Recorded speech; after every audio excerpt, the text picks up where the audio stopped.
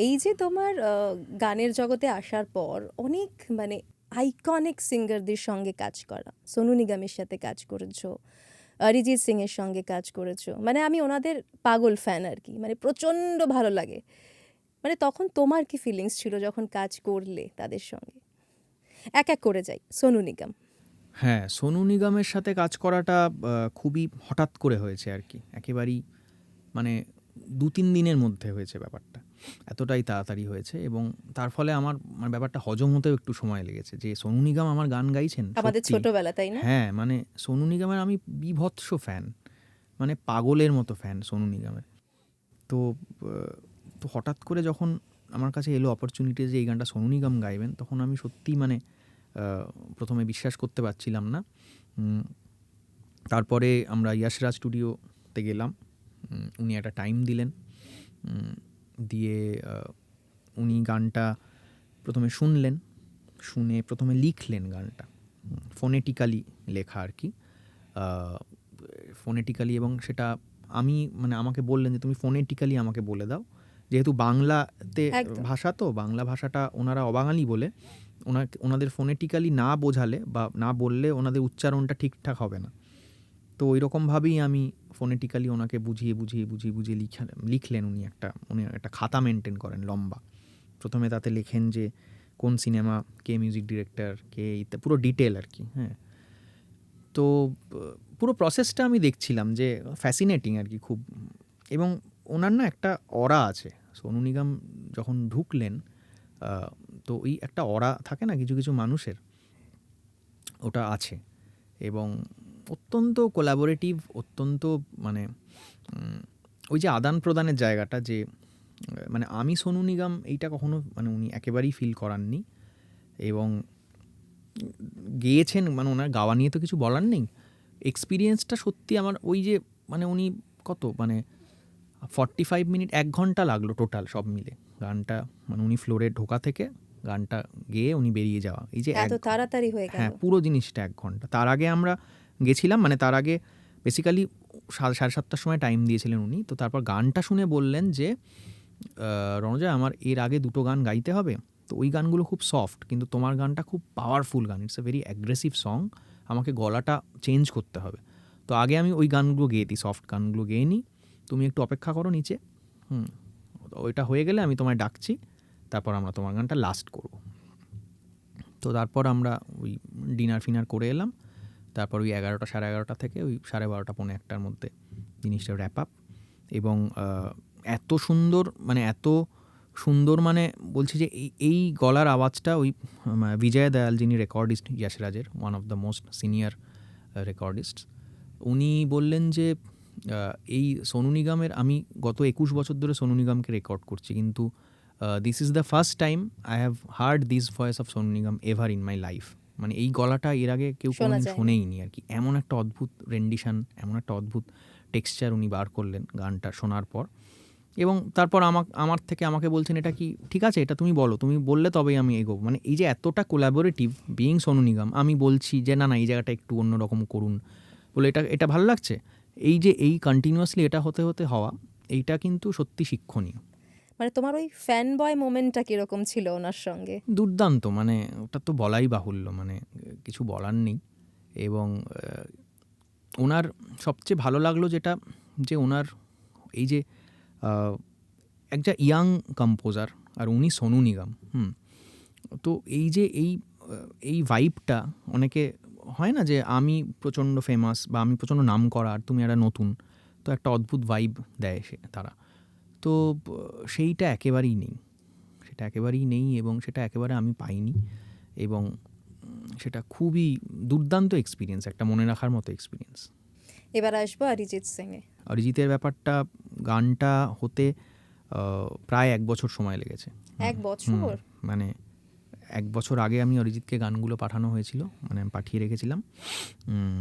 তো তারপরে ছবিটাও মানে ১ বছর পরেই রিলিজ করেছে। তো গানগুলো ঠিক ছবিটা রিলিজের আগে অরিজিৎ গেয়ে পাঠিয়েছে। মাঝখানে একটু টেনশন হয়ে গেছিলো আমাদের সবার, আমার পরমদার, যে আদৌ গানগুলো আমরা অরিজিতের গলায় পাবো কি না, নাকি অন্য কাউকে দিয়ে গাওয়াতে হয় বা কিছু, কারণ ম্যাচ করছিল না। অরিজিৎ প্রচণ্ড ব্যস্ত ছিল ট্যুর নিয়ে। ও ওর live concerts and all recording. তো তারপর মাঝখানে ওর গলা খারাপ হয়ে গেছিলো, হ্যাঁ গলা খুব খারাপ অবস্থা ছিল। তো আমাকে বললো রণজা আমার কিছু তো টাইম দাও, গানগুলো এত ভালো, আমি একটু টাইম, 3টে গান ছিল বিয়ে বিভ্রাটে, তো 3টে গান এত অসাধারণ গান যে আমি একটু টাইম নিয়ে গাইতে চাই, সেই টাইম স্প্যানটা আমি বার করতে পারছি না। তাই বললাম ঠিক আছে ইউ টেক ইউর টাইম। তো তারপরে লাস্ট মোমেন্টে মানে একদম প্রায় আমাদের অ্যালবাম মাস্টার দেওয়ার ডেডলাইন এসে গেছে, সেই সময় মানে সেইটা খুবই আমরা টেনশানে আছি আর কি। ওই সময় অরিজিৎ একদিন রাত 3টের সময় ফোন করেছে। হ্যাঁ, তা আমি এমনি জেগে থাকি 3টে-4টে অবধি, এমনি জাগি আমি। তো 3টের সময় ও ফোন করেছে রাত্রেবেলা, বলছে যে এই গানটা গেয়েছি, আবার শোনো তো, শুনে বলো কেমন লাগছে। তো আমি তো ও যেটা গেয়ে পাঠিয়েছে সেটা শুনে বলছে, মানে আমি বললাম এর অসাধারণ, মানে জিয়া তুই ছাড়াটা প্রথমবার আমি খালি গলায় শুনছি, তখন মানে অভূতপূর্ব একটা অনুভূতি হচ্ছে। এবং তো আমাকে বলছে যে না প্রশংসা করো না, চেঞ্জ কি আছে বলো। আমি বললাম কোনো চেঞ্জ নেই, হ্যাঁ তুমি যা গেয়ে দিয়েছো কোনো চেঞ্জ নেই। ফাইনাল রেকর্ডিংই ও করে পাঠিয়েছে আর কি, ও তো ওখান থেকেই করে পাঠায় জিয়াগঞ্জ থেকে। প্রচণ্ড ভালো, মানে কিছু বলার নেই আর কি। তো তারপরে ওই 3টে গানই 2-3 দিনের মধ্যেই আমাদের হয়ে গেল। এবং তারপর ও খুব খুব প্রশংসা করলো গানগুলোর কম্পোজিশনের, বললো এই ধরনের কম্পোজিশন তো বাংলায় খুবই কম হয় এবং এটা করো, তুমি এটা চালিয়ে যাও এই কাজগুলো, এই যে একটু মান্না দে জোনে, এই যে কম্পোজিশনাল অ্যাসপেক্টসগুলো। তো ওর সাথে আমার খুবই ভালো ওই সময় কথাবার্তা হয়েছিল। তারপরেও ইনফ্যাক্ট আমার একটা গান গেয়েছিল নিষ্পলক বলে, সেটাও ওর খুব ভালো লেগেছিল। সামনাসামনি রেকর্ডিংয়ে কখনো থেকেছো?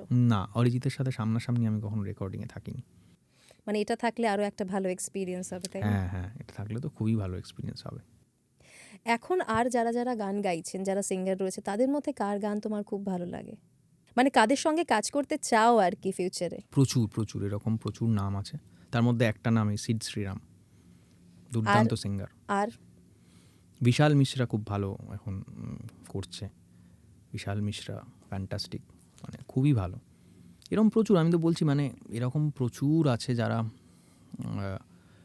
দুর্দান্ত সিঙ্গার, আস্তে আস্তে তারা লাইমলাইটে আসছে বা ফোরফ্রন্টে আসছে, আরও আসবে তারা ভবিষ্যতে। তো এরকম প্রচুর সিঙ্গার আছে যাদের সাথে কাজ করতে চাই। নতুনদের সঙ্গে কাজ করতে চাও? হ্যাঁ, আমি তো বরাবরই নতুনদের সাথে কাজ করি এবং একেবারে আনকোরা নতুন লোকজনদের সাথে কাজ করতে আমার খুব ভালো লাগে। এবং তাদের মধ্যে একটা ফ্রেশনেস থাকে, তাদের মধ্যে কোনো ব্যাগেজ থাকে না। সবসময়ই আমি নতুনদের সাথে কাজ করেছি এবং ভবিষ্যতেও করব।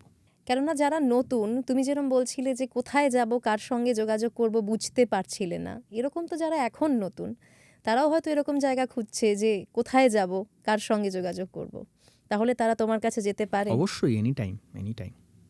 একটা কথা অনেকেই বলেন যে রণজয় খুব বেশি কথা বলে না, কিন্তু আমি তো আজকে দেখছি রণজয় দা খুব ভালো কথা বলছে। ব্যাপারটা কি বলো তো? মানে তুমি কি অ্যাম্বিভার্ট, মানে কখনো ইন্ট্রোভার্ট, কখনো মনের কথা খুব সুন্দর করে গুছিয়ে বলো? হ্যাঁ, সেটা ঠিক, অ্যাম্বিভার্ট বোধহয়, ভাবিনি এটা নিয়ে কখনো, কিন্তু তাই হয়তো। কারণ হ্যাঁ, মানে আমার কখনো প্রচুর কথা বলি, কখনো আবার একেবারেই কথা বলি না। মানে কোনো জায়গায় আমার একেবারে কথা বলতে ইচ্ছা করে না আর কি, যে কি কথা বলবো এখানে আর কি, একেবারে ওই ভাইবটাও পাই না, বা আমি নিজের একটা শেলে থাকি আর কি। আবার কখনো প্রচুর কথা বলি, মানে ইট ডিপেন্ডস, মানে অ্যাবসলিউটলি এটা একটা ভ্যারিয়েবল ফ্যাক্টর আর কি।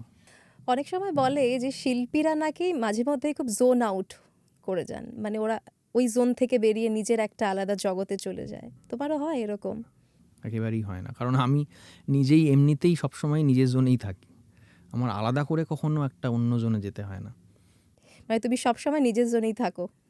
হ্যাঁ, মানে আমি তো মানে আমার যে স্টুডিওটা আমার এখানকার বাড়ির, তো সেই বাড়ির স্টুডিওটার মধ্যে আমি দিনে 18-19 ঘন্টা কাটাই, সেখানেই আমি থাকি, তো ওইটাই আমার জোন।